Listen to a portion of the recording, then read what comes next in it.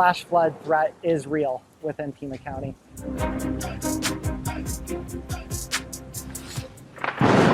The fire activity was very aggressive. Those guys did what they could. They saved a lot of houses. The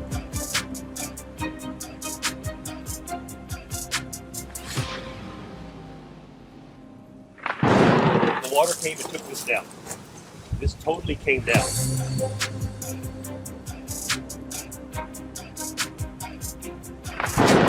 If you're in Tucson, everybody loves a sunset storm. I'm Cuyler Diggs, standing here in front of the majestic San Javier Mission, built alongside the once flowing mighty Santa Cruz River. Of course, nowadays, the Santa Cruz only flows a few times a year. This is Monsoon 2022. I'm meteorologist April Madison. Sabino Creek is a popular destination for hikers year-round. The winter snowmelt, the dramatic monsoon rains, it brings this entire area to life. This is Monsoon 2022. I'm meteorologist Brennan. Gates Pass provides a spectacular overlook of the Sonoran Desert. From here, you can see Mother Nature putting on quite the show during summer storms. This is Monsoon 2022.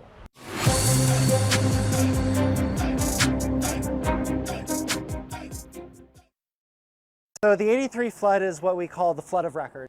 The mighty Santa Cruz River in 1983 running bank to bank and taking everything in its path.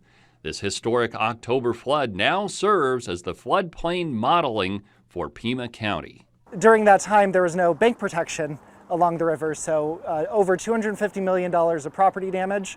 With that came 8 deaths and 1,000 injuries, including 2 involving a DPS rescue helicopter. The pilot, 38-year-old Thomas McNeff, and the paramedic, 27-year-old Richard Stratman. They went down at night in a Marana cotton field. KGUN 9 spoke to fellow DPS pilots John Fink and Denny Welsh in 2018. They offered their perspective on the day that McNeff and Stratman set out on their rescue mission. Because the clouds were probably all the way to the ground, they had no visible horizon. One thing that came from the crash, there was high standards set on all the crews, and there could only be 10 hours of flight time and so many hours of set downtime where you're loading patients or doing a rescue or where the aircraft wasn't actually in motion. They were on their way to a rescue. 83 was the largest flood ever, damage-wise, for Pima County and Tucson regions. Big changes came out of that. We were one of the first communities, one of the first flood control jurisdictions in the nation to implement that, and have since become a national leader. Fast forward, the 1993 floods happened along the Rillito River. The intensity and size of those floods were greater, but with the bank protections in place, thanks in part to the U.S. Army Corps of Engineers, damage was not as prevalent. Flooding didn't bring all devastation. It also brought lessons and the loop, now recognized nationally. People were using those corridors to walk their dogs, walk their horses, and generally become active along those linear parks.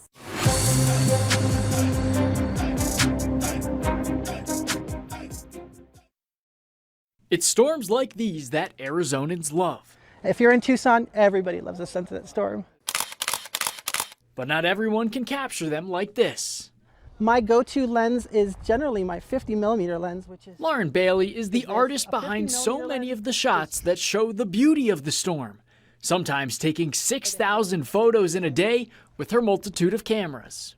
But I have one mission, and that's just to come home with one extraordinary shot. Doesn't necessarily have to go viral, but it has to be the summation of all of my effort put into a hard day of chasing. Bailey is one of the many storm chasers that call southern Arizona home. While most look forward to the rain, chasers look for that, but also the bolts and the cloud formations that tend to come with them.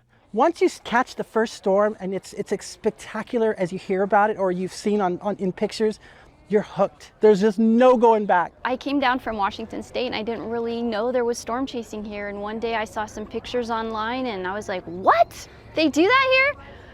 And I knew right then and there I had to be a part of it. Donna Ruthroff, another one born to chase, captured history. This picture showing the moment the bolt of lightning struck that sparked the Bighorn fire. The bolts were like so big, and the rain was coming down, and it was such an amazing sight to see. And then you saw that bolt, and at the time I didn't know which bolt it was, but going back, I did catch the bolt that started it. Instances like this show the danger of the storms. Oftentimes, the chasers will keep a lookout for each other in the field, but they'll also share in the joys of monsoon together. Every time you go out, you're just hoping that this is the storm that will last till sunset, and you'll get the rainbows and the sunset and the bolts. And when that happens, it just feels like you're living in this amazing dream, and it seems it's the most amazing thing to witness Mother Nature coming alive and putting on a little show for you. You really do become one with the desert when you experience the monsoon, and I just absolutely love sharing that with people through my photography and videography. And while monsoon doesn't officially start until June 15th, the chasers say they'll be ready for whenever they come. Reporting in Tucson, Greg Bradbury, KGUN 9, on your side.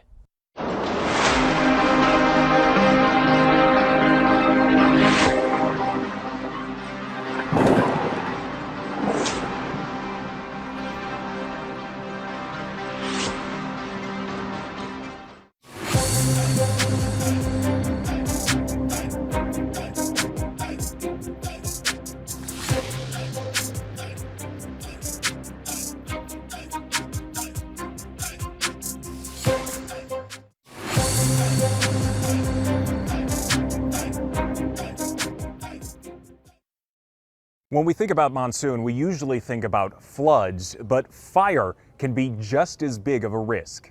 Typically during monsoon season is when we start to see a decrease in our fire activity. The precipitation, the somewhat cooler temperatures, and that increase in humidity. But if we don't have any of that, then that's just going to prolong our fire season. When monsoon storms pop up but don't drop any rain, dry lightning can suddenly spark a fire. We saw that in 2020 when the Bighorn fire erupted in the Santa Catalinas. It was a very dry year, kind of at the beginning of the monsoon season. Brian Robinson remembers it clearly. He was part of Northwest Fire District's medical response team on the front lines of the fire as it burned nearly 120,000 acres. And just the fire activity was very aggressive.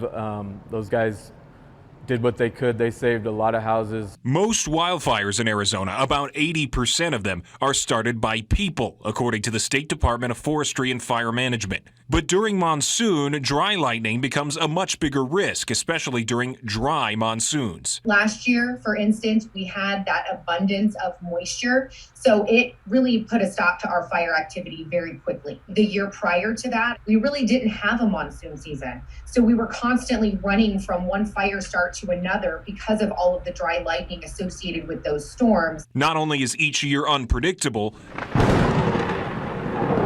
so is each storm. The outflows on those things can be really erratic, 60 miles an hour plus I've experienced. Blows that fire everywhere, causing spot fires. Containment lines are compromised, and it can be a very bad situation, and you just come back in when things blow over and try and pick up the pieces, and might have to come up with plan B. Like everyone else in southern Arizona, firefighters need to be ready for the weather to change abruptly. In the past, Robinson has had to call his crews off of fire lines as they were buzzed by lightning strikes. For me, it was just a gut feeling, knowing what I'm looking for, listening to weather reports, those kinds of things, and just paying attention to what's going on around me. Not all dry lightning fires are a problem. In remote areas, they can take out overgrown fuels before burning out on their own.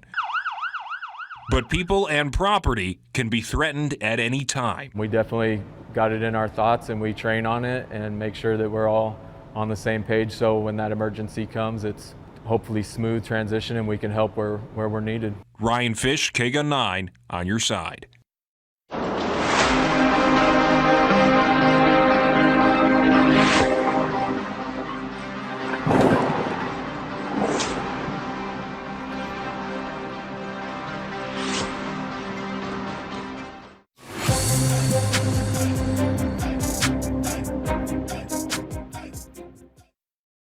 A sunny and seemingly perfect day can entice many to hit the trails, but come monsoon season, a simple hike can turn dangerous. You can't set out for Tanque Verde Falls without passing this sign, a warning about the dangers of this beautiful hiking hotspot. Tanque Verde Falls is a very popular area between the Sheriff's Department Search and Rescue and Rural Metro. We've had quite a few responses there. The rush of the falls can intensify during monsoon and has led to a number of deaths over the years. A lot of times people could be playing in just a small amount of water, kind of relaxing down in the bottom of the canyon, and before too long the rain in the mountains has now moved downhill and has caused a flash flood type scenario. Steve Faree and the rest of the Pima County Sheriff's Department search and rescue team have helped save countless lives. This video from 2019 shows rescuers pulling a hiker from the falls. Depending on the type of situation, we do have helicopter resources that can get to you much quicker. But depending on the weather, that may not always be an option and we have to hike into you. So we obviously want to get to you as quickly as we can, but we also have to maintain our rescuer safety as well. There are steps you can take to avoid a situation like this. Checking the forecast before setting out for the falls can be a matter of life or death. Always want to be aware that there's a potential for rain and know that if it does rain, there's going to be water flowing through there. And remember, hiking with others is always better than hitting the trails alone. So be prepared with water, charged cell phone, know what they're doing or where they're going, and have a plan in place if something bad happens. Megan Meyer, KGUN 9 on your side.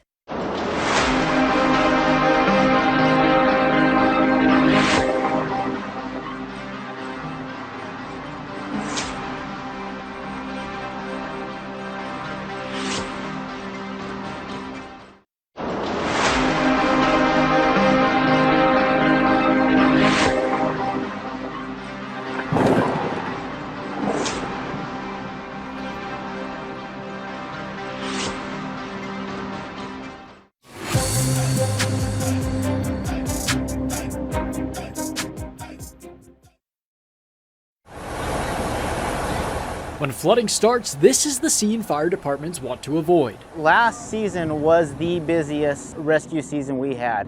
BJ Noriega with the Tucson Fire Department says these calls happen all too often. From July 1st to August 16th last year, the Tucson, Northwest, and Golder Ranch Fire Departments responded to 98 calls for swiftwater rescues or stranded vehicles. During those calls, crews spent a total of 276 hours on scene. These are resources that could be going somewhere else. Each rescue, swiftwater rescue, will require what we call a full alarm dispatch. So you're going to get multiple apparatus responding to one of these rescues. And when these storms come in, we can get up to five or more rescues at a single time just because these storms can be so powerful. One of the biggest things to avoid, driving through flooded roadways. So avoid those storms, stay in during those storms, never ever cross a flooded roadway, or especially one that's barricaded. When that doesn't happen, rescues like these have to take place. Bro! Ahead of the storms, the department's trained for the highly technical rescues. This works as a way to refresh those who have done it before and also sharpen skills to keep them safe when they do real rescues. If we can stay out of the water, it's safer for us. So our first attempt to any type of rescue is try to reach them with something, whether it's going to be one of our big ladder trucks or it's going to be a rope bag. Now they want to reiterate, when you see a flooded roadway, turn around, don't drown. But if you do find yourself in an emergency situation, the best thing you can do is call 911 and stay on the line with them and in your car for as long as possible. Reporting in Red Rock, Greg Bradbury, KGUN 9 on your side.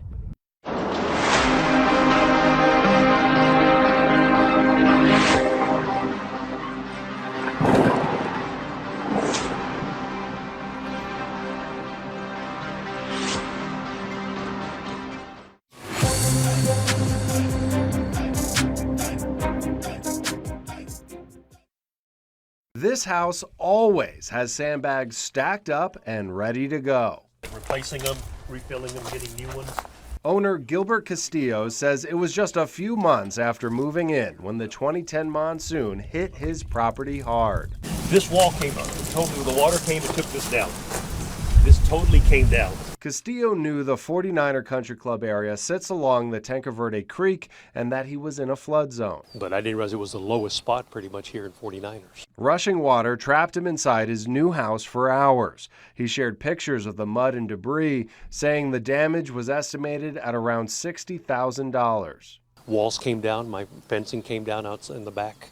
Pool got filled with mud, but nothing outside the house is covered with a flood insurance policy.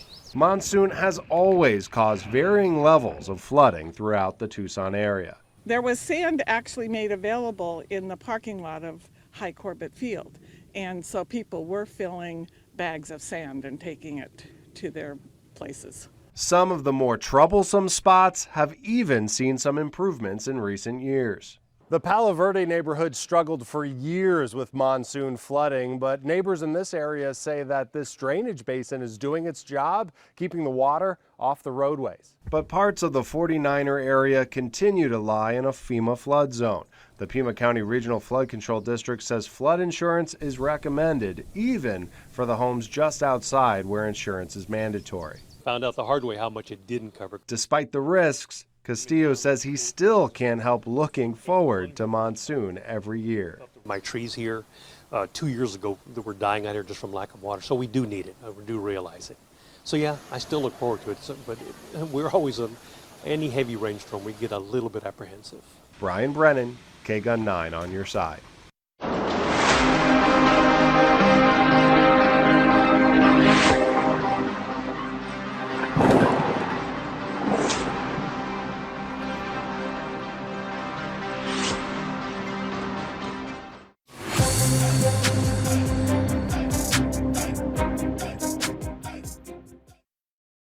Tucson and Pima County in general, we're in a very mountainous area, so the threat of flash floods is always real. It doesn't have to be raining at that location in order for a road to get closed. That's why you often hear meteorologists say, turn around, don't drown. Joseph Kafari with the Pima County Regional Flood Control showed me this photo of last year's monsoon where floodwaters took out an entire dirt road. But thanks to Pima County Flood Control, many efforts have been made to avoid the deadly and costly disaster like the record floods of '83. That rehabilitation effort is what spurred our Pima County's development and the U.S. Army Corps of Engineers to come through and install this soil cement and this bank protection to prevent that loss of life and property. One of the main areas of focus is the Santa Cruz River, where many folks settled in the early 1700s due to its constant water flow. As the city and the towns have grown, we've kind of modeled those floodplains as well through there. So we want to keep the conveyance of those systems historically. Once you start putting improvements into them, then the potential to change those floodplains is exacerbated. And sometimes even natural disasters can cause those changes, like wildfires. So we had the charred vegetation, the burns, the soils the water doesn't infiltrate that soil. It becomes hydrophobic, scared of water, essentially. Right. And so those upper watershed changes kind of makes an X factor of what happens within that watershed basin. That's why Pima County wants to catch as much of that rainwater as it runs through our waterways and contain it in the groundwater basin. This bridge signifies the three hearts of the river because it's literally the merging point of the CDO Wash, the Santa Cruz River, and the Rito. All of the rain wants to end up in the Santa Cruz River, which is the longest river in the Tucson basin. It actually goes into Mexico, makes a U-turn, and comes right back up into us. And thanks to the efforts Pima County Flood Control has made to keep our washes open to free-flowing water, there was very little damage during last year's record monsoon. We like to say the monsoon is our Super Bowl, and we're always planning for it. And we want to win every single year. Meteorologist April Madison, K-Gun 9 on your side.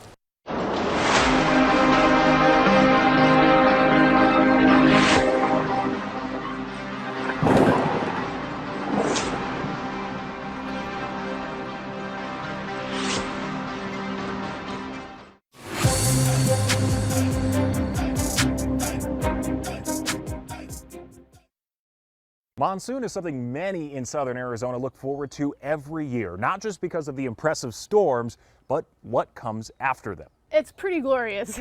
It feels like a second spring. Monsoon can reinvigorate us during a Sonoran desert summer. That's also true for the plants around us. It just comes alive, and it's absolutely amazing. In other climates with plenty of rain, seed coats are thinner, allowing plants to germinate quickly because conditions are generally favorable for them to grow. But here in the desert where it's hot and dry, seed coats are often thicker. During monsoon, that extra rain finally breaks through and brings an explosion of life. You can feel this garden just like breathe a sigh of relief when the first monsoon rain comes. At the Tucson Botanical Gardens, tree limbs can be snapped by windstorms, but there's also a reason to cut back on water and fertilizer. Life just gets easier for a gardener in the monsoon. It gets easier for the desert. Lightning strikes are part of the reason why. They create nitrates which, when mixed with rain, become liquid fertilizer. The desert would be a very different place if our monsoons didn't have lightning, because I'm watering all the time in here. But with that nitrogen and other minerals coming down with the rain, all the plants are much perkier and a deeper shade of green. Monsoon is the only time of year we see certain plants like the desert poppy, the canyon morning glory, and the devil's claw. Others like the ocotillo get a second surge of leaves and flowers. It's also time for different ferns and fungi. A U of A student found this rare purple mushroom on Mount Lemmon, believed to be a product of last year's wet monsoon. This changes everything. The water and cooler air also bring animals out of the shadows, both after and during rainstorms. Rattlesnakes make drinking bowls out of themselves. Some lizards come out and drink beads of water off the ends of leaves. Plus colorful moths and plenty of bugs. Burrowed in the ground for most of the year, monsoon means mating season for Colorado river toads. Some of these toads have actually lined their chambers with their skin to help seal in that moisture, just waiting for those monsoons to happen. Then thunder.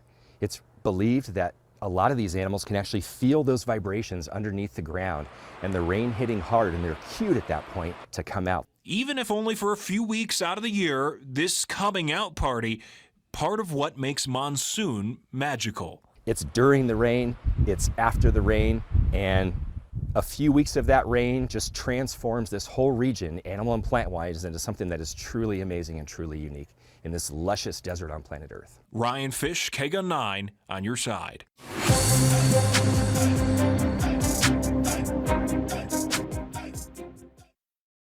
Just like the mountains and the desert, flash flooding is part of the landscape in southern Arizona. For a couple of years, Pima County was the 8th deadliest county in the nation when it came to flash flood related deaths. We have since changed that and are very proud of that, but flash flooding is still a major concern. Pima County Regional Flood Control District spokesperson Joseph Kafari says there's a few things you can do to protect yourself before monsoon starts. Plan out alternative routes for when roads might be flooded, find out where you can get a free sandbag, and pack a go kit. You should always have some emergency snacks. Water is important, especially in the desert climate here. Change of clothes, batteries, flashlights, radios, anything that the Red Cross recommends. You can also sign up for emergency alerts on Pima County's website. So you could type in your home address, your school, or your place of work and get alerts related to hazards when they do come up. Remember, watersheds in Oro Valley and the Catalina foothills are still at a higher risk of flooding after the Bighorn fire burned through the vegetation that normally helps hold some moisture back. Kafari says you do not need to be in a FEMA floodplain to purchase flood insurance.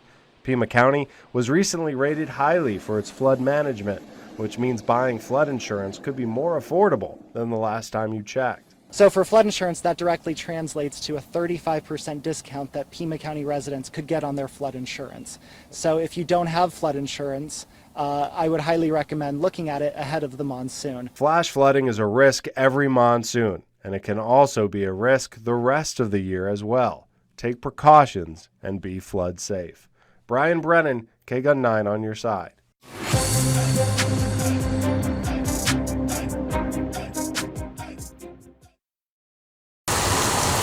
It can happen in a matter of minutes. Floods often follow when monsoon rolls through southern Arizona. Flash flood threat is real within Pima County. The threat is even bigger for parts of the county impacted by wildfire. When we experience such erratic and active fire behavior, it can basically just moonscape the area, meaning there's nothing left. There's no vegetation, there's no trees. The fire just really burned down to that mineral soil. So when we get those intense rains like we see during monsoon season, there isn't anything to stop that rainfall from coming down the hillside. The Pima Wash could be hit hard as a result of the Bighorn fire. If it were to flood here near Ina and First, the Pima County Regional Flood Control District predicts there could be up to $6 million in damages. What we were concerned about and what our models showed that if trees and vegetation were to dam up a culvert underneath the roadway, we would see a big overtopping of the Pima Wash banks. Nearly a year ago, crews got to work. We did some channel capacity improvements. We installed a 5 to 10 foot berm and really to contain those waters if an overtopping were to occur. Sediment was also removed from the bottom of the wash to encourage proper water flow. The project was funded by a federal grant in response to the Bighorn fire. Pima County is literally a national leader when it comes to floodplain management.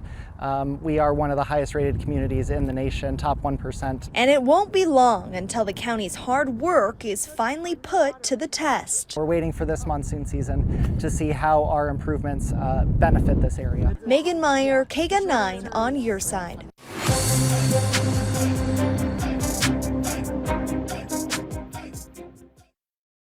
Well, now it is time to look at our prediction for this year's monsoon, the 2022 monsoon. How will it turn out? Well, before we give you the prediction, we do have some things that we look at to come to that prediction. And one of the things we look at is our current drought conditions. How much moisture is available in the ground right now to help feed that monsoon? Well, as you know, if you've been around here the last few months, we don't have much moisture in the ground to work with at all because it has been so dry. Drought continues to expand, so we're not going to get much help there. But as we take a look at another thing that can help us out, our tropical outlook. Yeah, a lot of those tropical storms can feed a lot of moisture into our monsoon and really help us out. But this year, we are looking at a La Nina pattern. And in fact, this will be the third year in a row we've had a La Nina pattern, which limits our tropical activity in the eastern Pacific. Those trade winds start to blow all that moisture way to the west, and it's just hard for those storms to develop off of the coast of Mexico and help feed our monsoon. But in a La Nina pattern, the Caribbean and the Atlantic become more active, and once in a while one of those storms can help feed our monsoon as well. But here's what the Eastern Pacific hurricane season is looking like. About an average season with 15 to 19 named storms, 6 to 8 hurricanes, major hurricanes 2 to 4. And as I mentioned, this will be the third La Nina season in a row. So this season will probably mimic 2020 and 2021,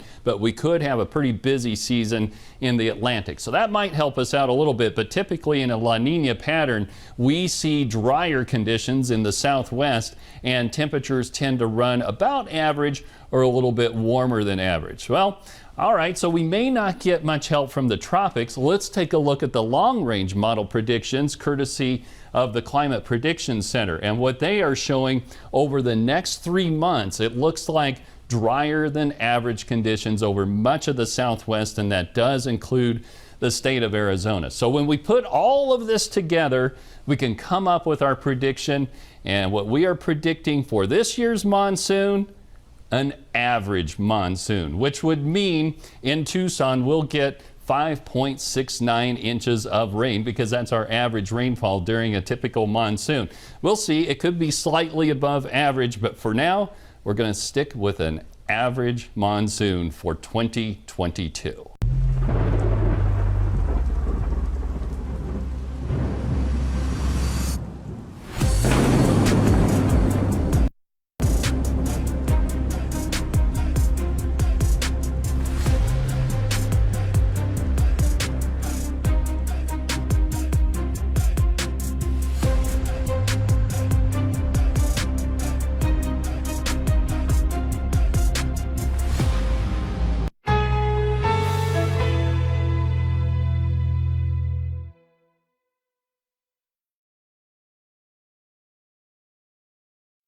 Hello,